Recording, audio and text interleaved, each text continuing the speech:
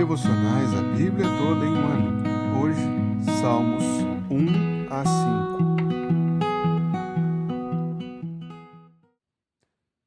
O livro de Salmos começa de uma forma muito importante.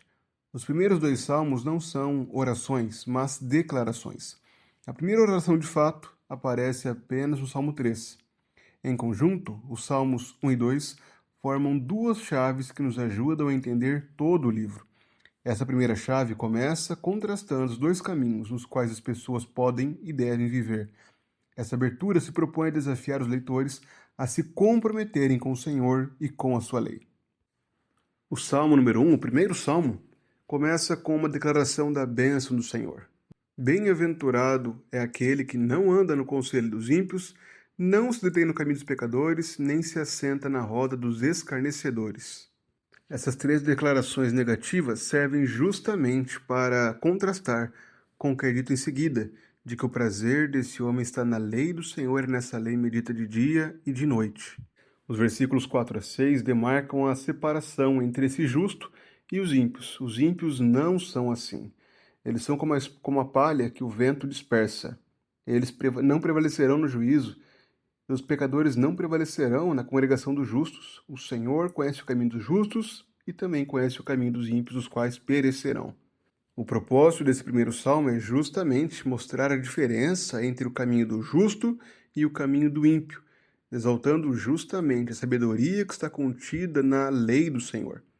Cristo é apontado, pois Cristo é aquele verdadeiro justo.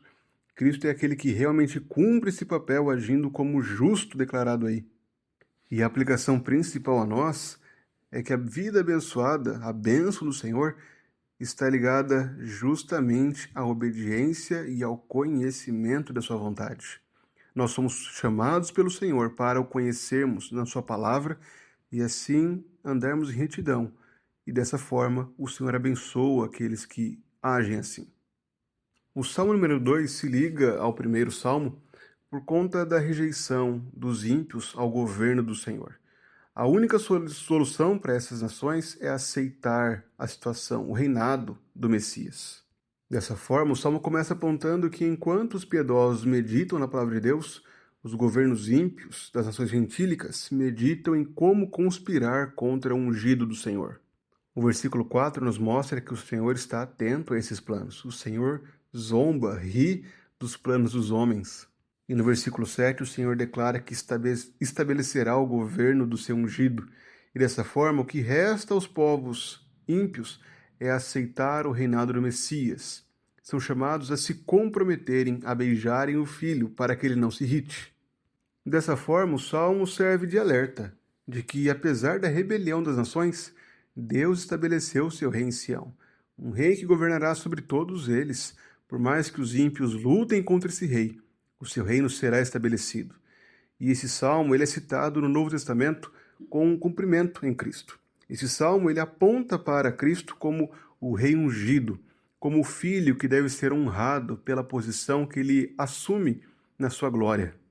Para nós, o chamado principal do salmo é: submeta-se ao governo do filho com temor e alegria. Nós devemos fazer isso porque somente nele há refúgio contra o juízo de Deus. A única forma de sermos poupados do juízo de Deus é justamente nos submetendo e adorando ao grande rei, ao único rei, ao grande rei acima de todos os deuses. O Salmo número 13, então, é a primeira oração desse livro, em que Davi, enquanto fugia do seu filho Absalão, ele clama ao Senhor com um grito desolado de que seus inimigos têm aumentado cada vez mais. Davi, porém, sabe que o Senhor é o seu escudo protetor. Ele tem segurança nessa proteção infalível do Senhor, com o qual o ouve e atende.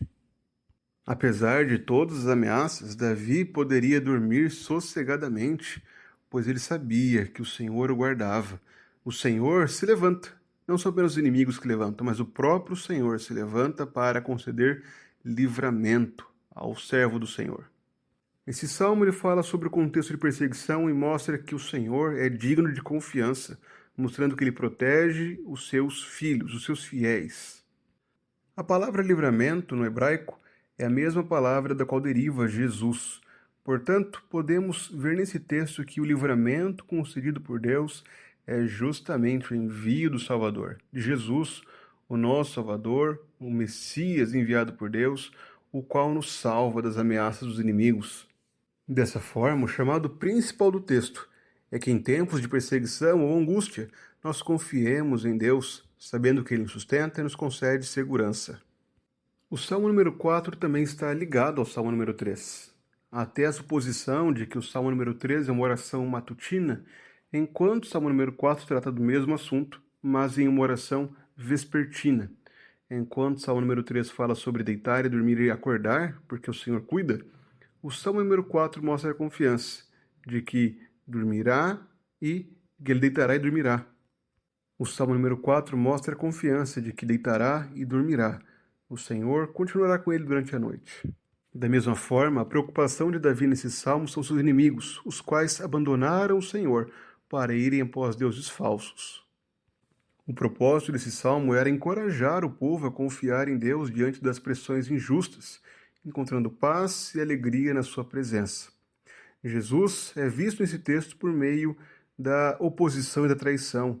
Ele mostra confiança em Deus, confiança no Pai, e assim cumpre a sua missão em paz.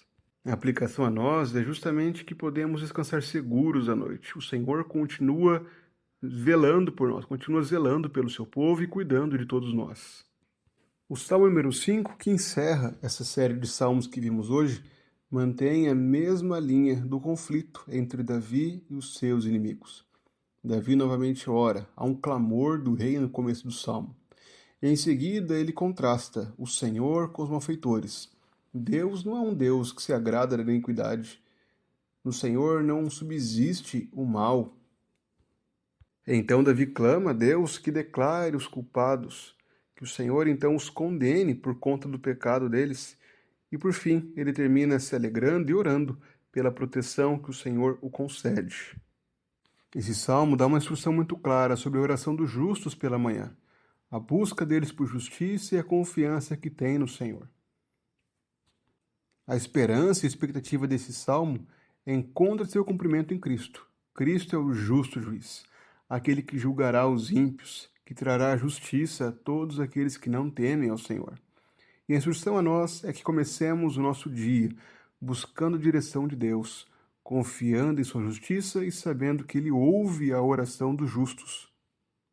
Por meio desses salmos, dos salmos 1 a 5, nós notamos a linguagem que aparece no primeiro livro de Salmos, em que há o grande contraste e conflito entre o justo e o ímpio, como vimos nesses salmos.